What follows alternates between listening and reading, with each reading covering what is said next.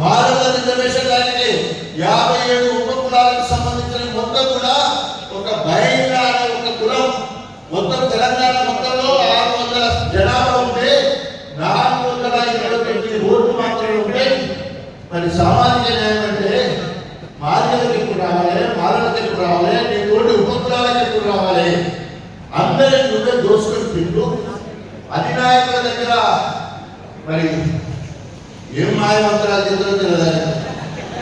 మాయమంత్రాలు ఏమన్నా పోషమ్మ గుడి దగ్గర రాయకుండా మంత్రం అయితే ఎత్తారు, ఎల్లమ్మ గుడి దగ్గర రాయకున్నది మంత్రం అయితే ఎత్తారు. మరి ఎక్కడ నాకు కానీ మంత్రాలతో రాళ్ళు వేసే పరిస్థితి లేదని అది కులవృత్తి నేను గౌరవిస్తాను. నేను మాధవని డబ్బు కొట్టమంటే పక్క చెప్పుకుంటున్నా డబ్బు కొట్టుకున్నా. ఎందుకంటున్నానంటే కుల ఆత్మగౌరవం కోసం గొప్పగా చెప్తున్న జాతిలో పుట్టినని సమాజంలో అందరికంటే పెద్ద జాతి మాదిగ జాతి, 12% మాదిగ జాతి. తర్వాత ముదిరాజులు, తర్వాత గుల్లకుర్మలు, తర్వాత గౌడ్స్, తర్వాత బ్రహ్మచారి, ఇంకా ఇంకా తిరిగిపోతుంది. ఎందుకు చెప్తుందంటే సోషల్ జస్టిస్, సామాజిక న్యాయం అంటే జనాభా లెక్క ప్రకారం ఎవరికి రావాల్సిన వాటా వాళ్ళకి రావాలి. ఈరోజు కాంగ్రెస్ ముఖ్యమంత్రి రేవంత్ రెడ్డి కూడా ఏమంటారు గోడమల్లన్న నది దాటిన వరకేమో గోడమల్లన్న, గోడ దాటిన తర్వాత గోడమల్లన్న.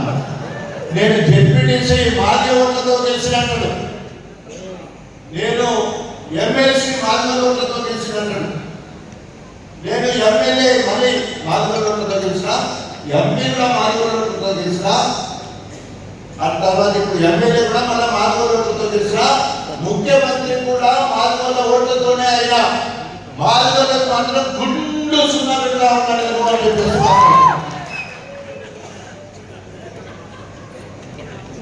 నాకంటూ మాదిగోళ్ళకి ఇచ్చిండు. వీడు పోతే పెద్దపల్లి ఇటో కుటుంబానికి ఇచ్చిండు, అటో కుటుంబానికి ఇచ్చిండు.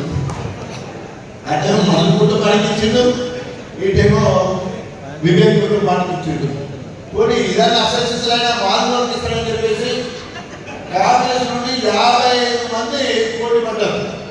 అలా దాదాపు 40 మంది మాదిగ బిడ్డలు క్వాలిఫైడ్ రాజకీయ సీనియర్ వాళ్ళందరూ ఇస్తే అందరినీ ఎడమ కాలంతో కానీ నకిలీ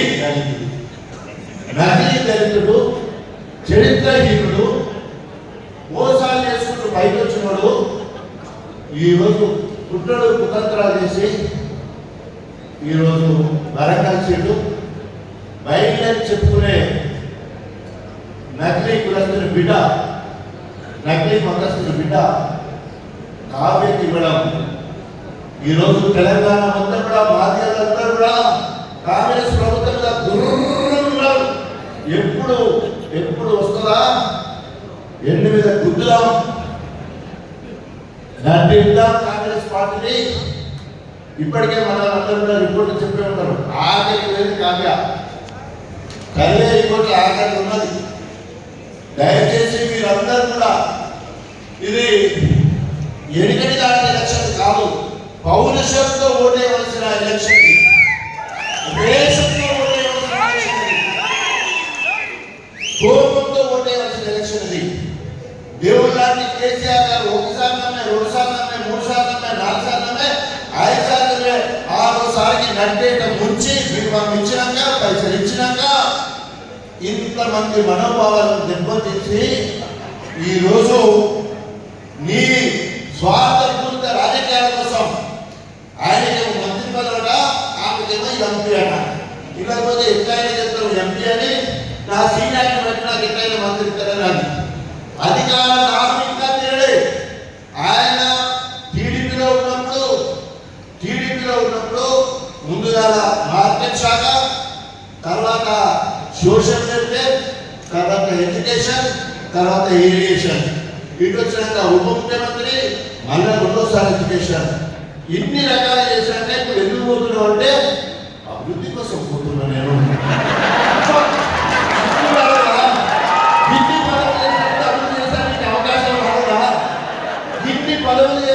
నీకు అభివృద్ధి చేయడానికి అవకాశం రాలేదా?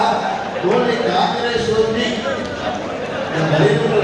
కాంగ్రెస్ ఉంది అంటేనే నీకు ఆ పరివర్తన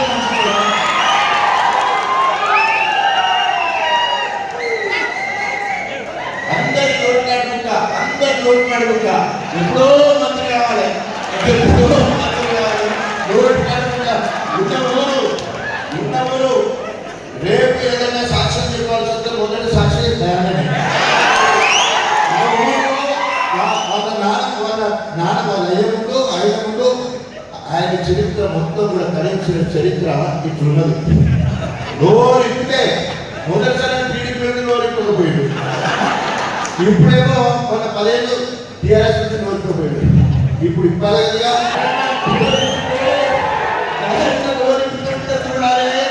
పచ్చి కూతులు ఉంటాయి, పచ్చి కూతులు ఉంటాయి, పచ్చి నిజాలు ఉంటాయి. పచ్చి నిజాలు ఎందుకంటే దేవత మన అబద్ధం